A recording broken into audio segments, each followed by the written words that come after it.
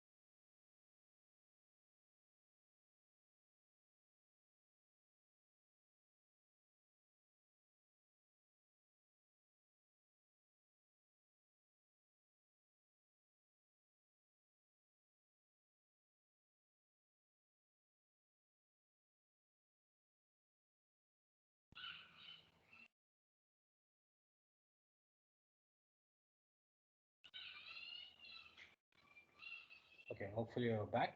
So yeah, this is what we were talking about. Okay, now based on this, whatever we have came across in the previous sessions, we are going to look into the detail aspect of it. See, at the end of it, we are all going and end in a very important algorithm called a priori algorithm. And why we are going to end there is what you are going to see today's thing, right? So let's go and start there. I'm going to start with the same old aspect of what we studied in the previous class.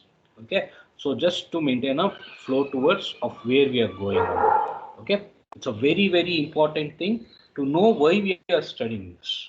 Okay, so let's start off go there. Okay, so first and foremost thing is, if you have an items, I have taken 5 items here, and these 5 items, if you want to sort of represent it in form of a lattice.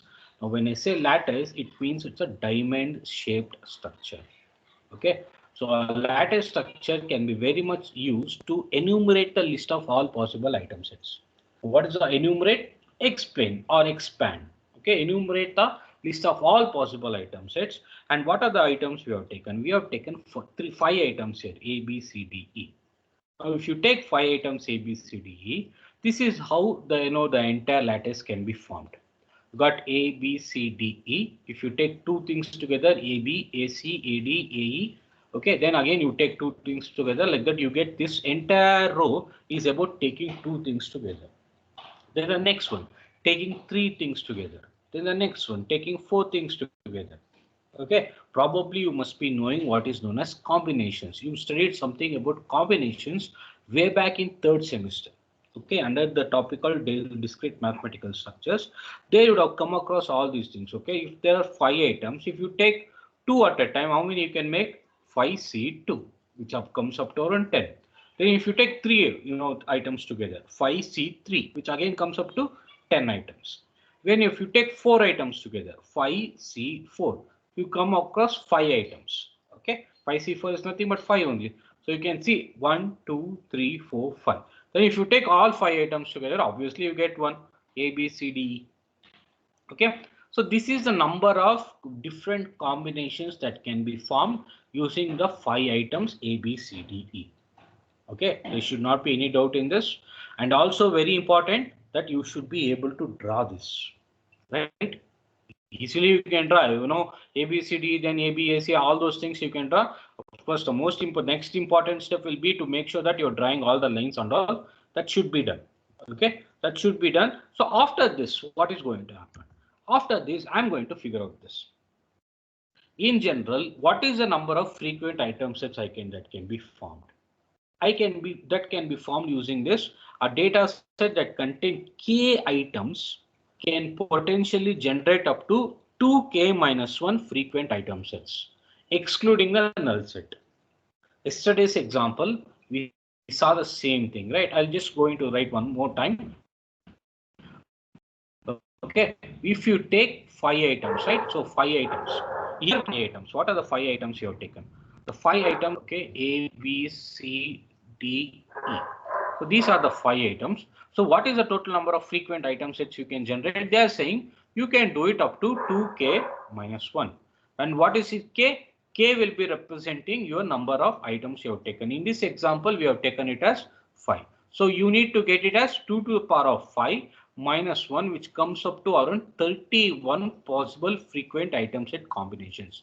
And you saw in the previous example also that it came up to around 31. Okay, so when you take 1 together, you get 5. You get 2 together, you get 10. You get 3 together, you get 10. You get all 4 together, you get 5 combinations. You get all 5 together, you get 1 combination.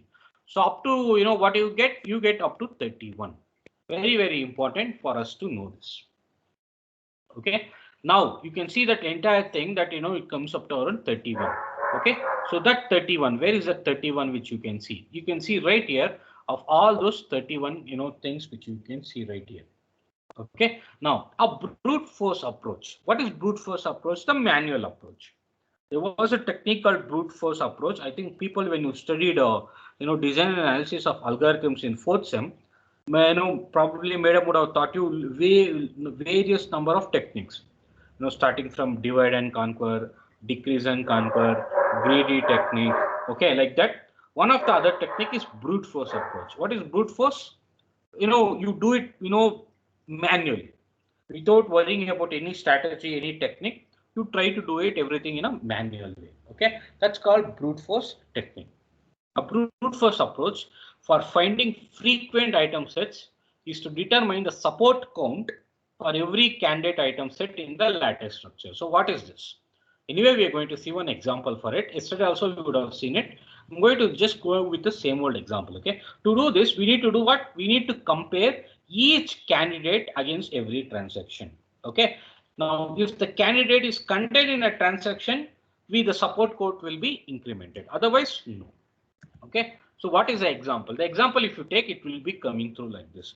This is for a market basket analysis example. Of course, we are going to take 2 examples. One is this, and another one is the exercise example which you saw. Now, you see this towards the left hand side, you have all the transactions. Total number of transactions, 5. Okay, and then the total number of items, you can check very clearly. It starts about bread, there's milk, there's diaper, there's beer, there's eggs, there's Coke. Any other things? No, there are 6 items.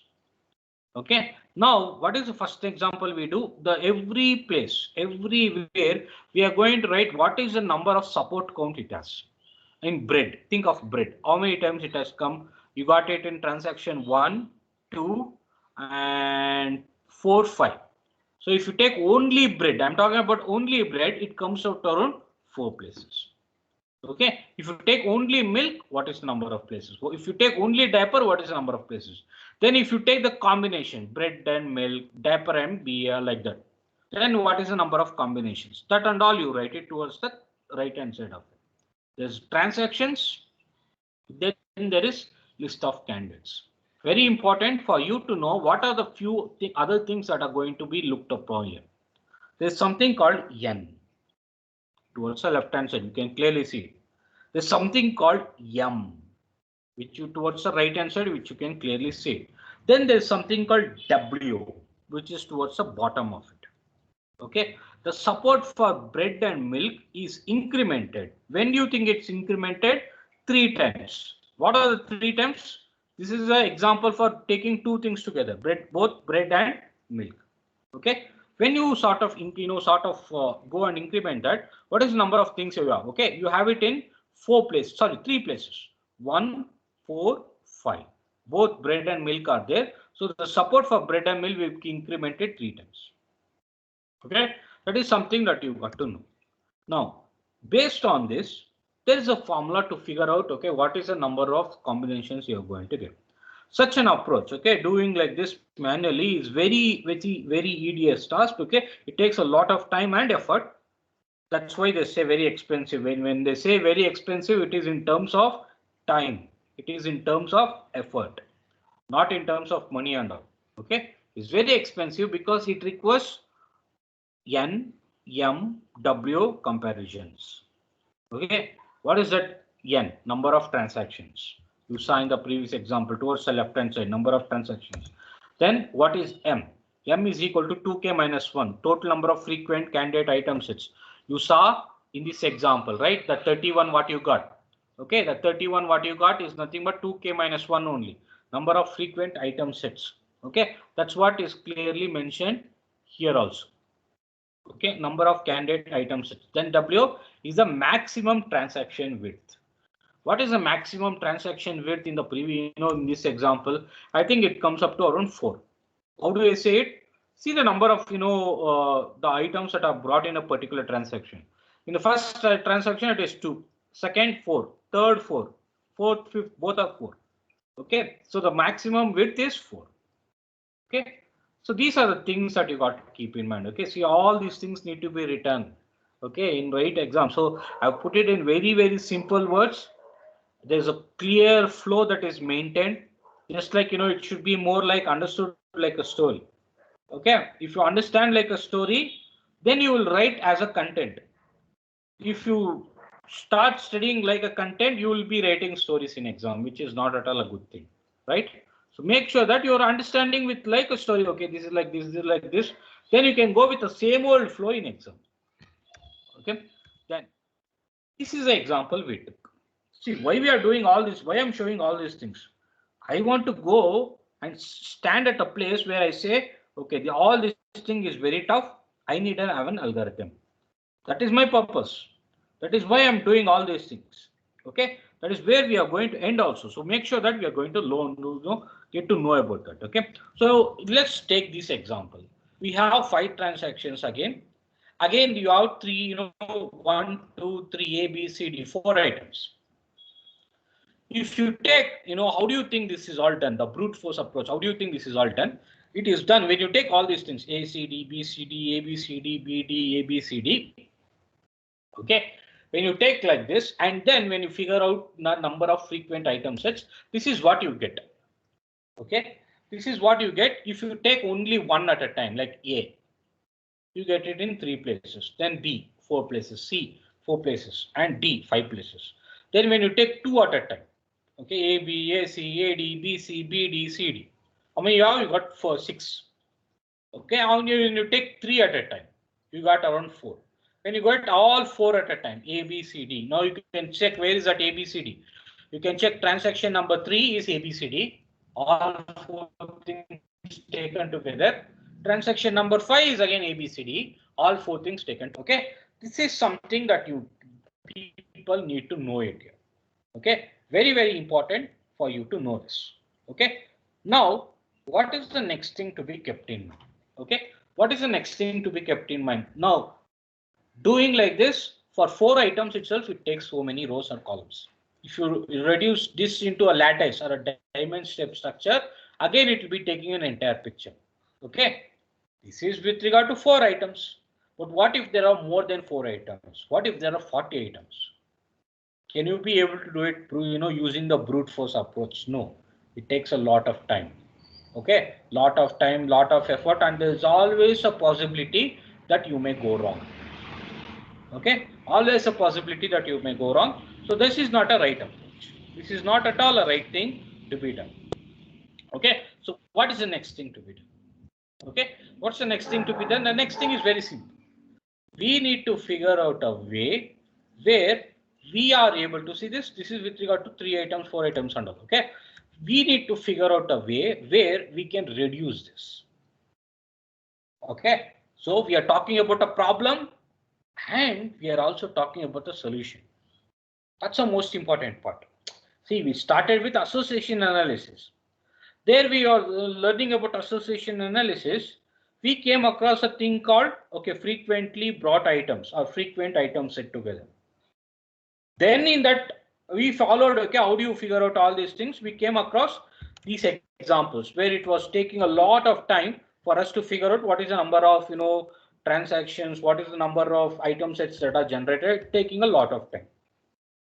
Then we said, okay, no, we can do this to reduce this computational complexity using two of the strategies which we know. That is what we are going to do. Okay, that's called a flow. That is where you got to keep this in mind. The third model, which is association analysis, is all about learning these things. Okay, of course, from a VTU point of view, you learn only things that are there, PPT, the ones which you see there. But from a larger context of having a data, of having, making sure that there's an association between data, how do you reduce data, all those things from a larger perspective. Okay, maybe from a data analytics or a data science perspective. These things need to be kept in mind. Okay, so with regard to this, what are the things that you have? There are several ways to reduce the computational complexity of frequent item set generation. What are those several ways? We don't know about several ways. We don't know only about 2 ways that we are going to learn about. First one is we are going to reduce the number of candidate item sets. Number of candidate item sets only we are going to reduce. How? Using the a priori principle. Okay, number of item sets, candidate item sets we are going to reduce using the a priori principle is an effective way to eliminate some of the candidate item sets without counting their support values. Okay, second strategy.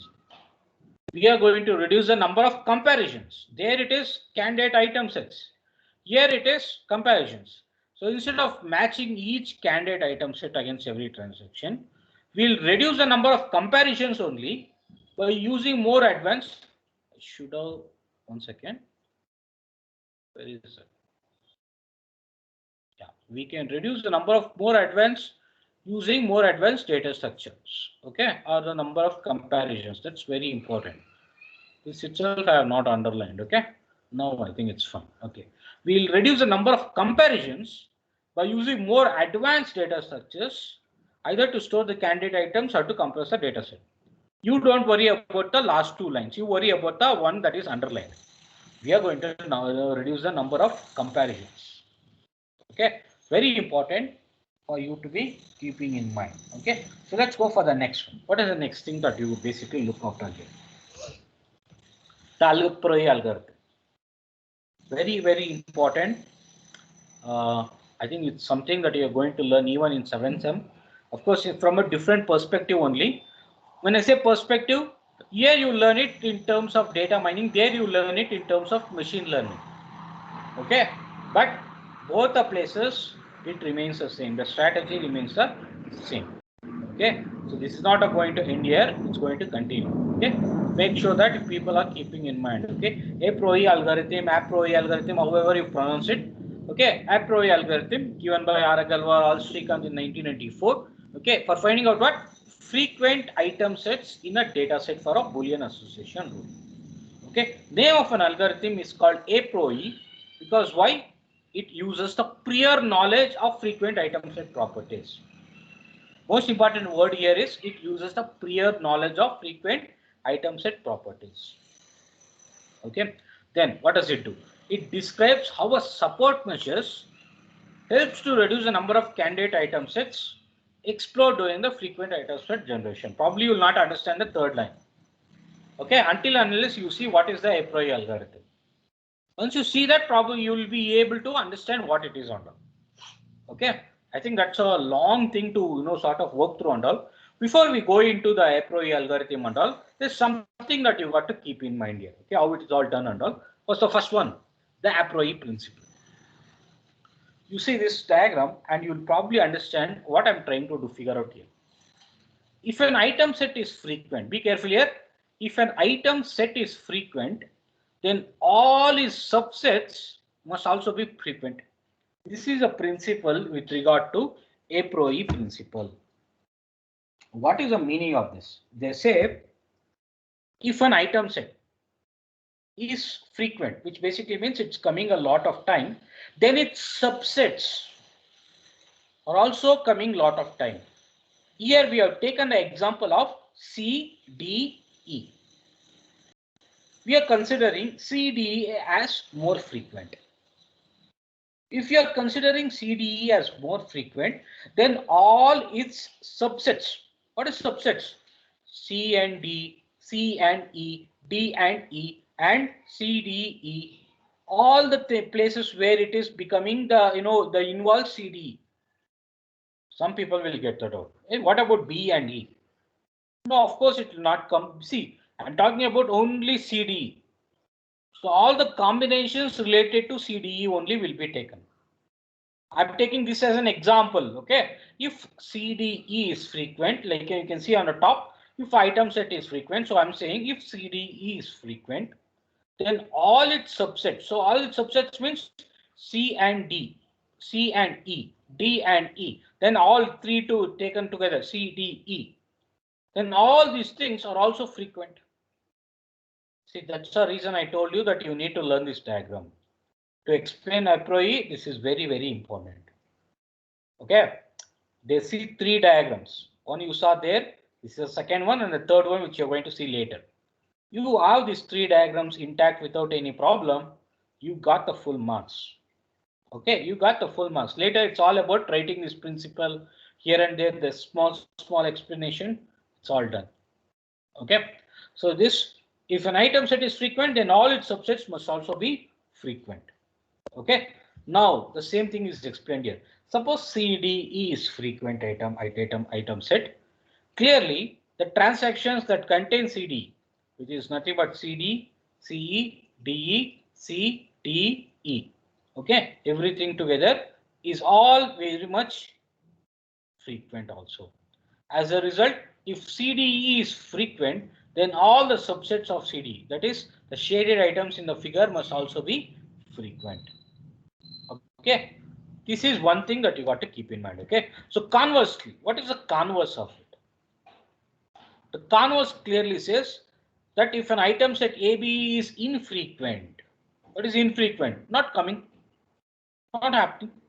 Okay, not coming or not happening, that's not that much frequent, is infrequent, then all its supersets must also be infrequent too. Okay, so what we do? The entire subgraph containing the supersets of AB, can be pruned. What is the meaning of pruned? People who are into gardening, okay, people who are into agriculture in general, they'll be knowing a strategy called pruning. This is generally done in plants like tomatoes, in plants like brinjal, I mean that family of plants. Where what is the meaning of pruning? Instead of making a plant to go up, you make the plant to go, what do you call, with lots of branches. So instead of vertical movement, you want the plant to have more of an horizontal branches. Why? Vertical means the number of fruits will be very less. Horizontal means the number of branches will increase, which again brings in the strategy of having more number of fruits. This is very much true in plants like tomatoes, in plants like brinjal and all. Okay, if you, I think people who are into gardening, okay, and if you are not doing it, please make sure that you people learn this strategy. It's called pruning. Okay, now the same old pruning is done here. What they are trying to do, the supersets of A can be pruned immediately once AB is found to be infrequent. So which basically means we are going to take it off. Okay, we are going to take it off. If we take it that off, how does it look? It looks like this. Again, the same old diagram. Okay, we are going to take that out. See, A, B, and we considered A and B as infrequent. Right? We consider this as infrequent. So what we did, we are going to take out everything related to A and B as infrequent. So you can see very clearly AB, ABC, ABD, ABE, everything related to AB. Okay, everything related to AB, having AB will be, everything will be taken off. Now you can see all these, sorry, you can see all other things. Okay, all other things are still there because it doesn't contain A and B together. It may contain A, it may contain B. A and B together, are there? No. So all other things will be taken off, will be pruned off, will be taken off from this lattice. Found to be infrequent, we are going to prune the supersets. Okay. Now, what do you call all these things? This strategy of trimming that exponential search space based on support measure is known as support based pruning. Very important. Okay, very important. This what do you call it? The terminology needs to be kept in mind, not just for here, for anything who wants to work under data science and analytics. This is very important. Support based pruning and all. Based on the count, we are going to take. Support is nothing but based on the count, based on the frequent item sets number, we are going to take that off. Okay, trimming the exponential search space on the support measure is known as support based pruning. Okay, next one. Such a pruning strategy, this pruning strategy is made possible by a key property. What is that key property? The support of an item set never exceeds the support of its super subsets. Okay, this is a very important property. The support of an item set never exceeds the support of its subsets. This property, what do you call this property? This property is known as anti-monotone property. Okay, this property of taking out the pruning method, okay, based on the strategy or based on the principle that the support of an item set, the support, which basically means the count of an item set, will never exceed, okay, will never exceed the support of its subsets. So based on that, we are going to take this off. Anti-monotone property of support measure. Very important thing to know here. Okay. Now, of course, the most important part, which is to figure out what is the APROE algorithm only. Okay. So what we did, we talked about a problem, frequent item sets. Then we talked about solution, which is with regard to APROE algorithm and reducing the number of reducing item sets and reducing number of comparisons. Reducing item sets is nothing but APROE algorithm. This APROE algorithm, now you saw, how it's all need to be taken out. If it is frequent, we are going to consider it. If it is not frequent, we are going to take it off. So we understood this. Okay. Now the next thing is to go for an algorithm itself. What is APROE algorithm? We are going to take one example. Probably we are going to take two examples because I want you to become perfect with it. Okay, one of course from the textbook, other one from the probably our own thing we can say. Okay, we are going to take two examples. In exam you can write only one. Okay, but everywhere I have taken two examples. So here also we are going to take two examples and we are going to learn that. But APROE algorithm, that itself will take 1 hour, so that probably will be doing it tomorrow. Okay, in tomorrow's session, we are going to learn about an APROE algorithm neatly, step by step, we'll learn. It's a mathematical way, and at the end of it, you will feel, wow, very good. Okay, it will be like that. Because, you learning theory and suddenly you come across a mathematical topic and you learn it in detail, it looks very neat. Okay, and once you see that, you will understand the importance of having this algorithm. Okay, in tomorrow's class, I think tomorrow the fourth class, okay, fourth session only, I guess. Okay, fourth session, we are going to learn about the APROE algorithm. Very important, even for your 7th sem. So make sure that if people are coming across. Okay, fine. We'll continue in the next class, which is tomorrow.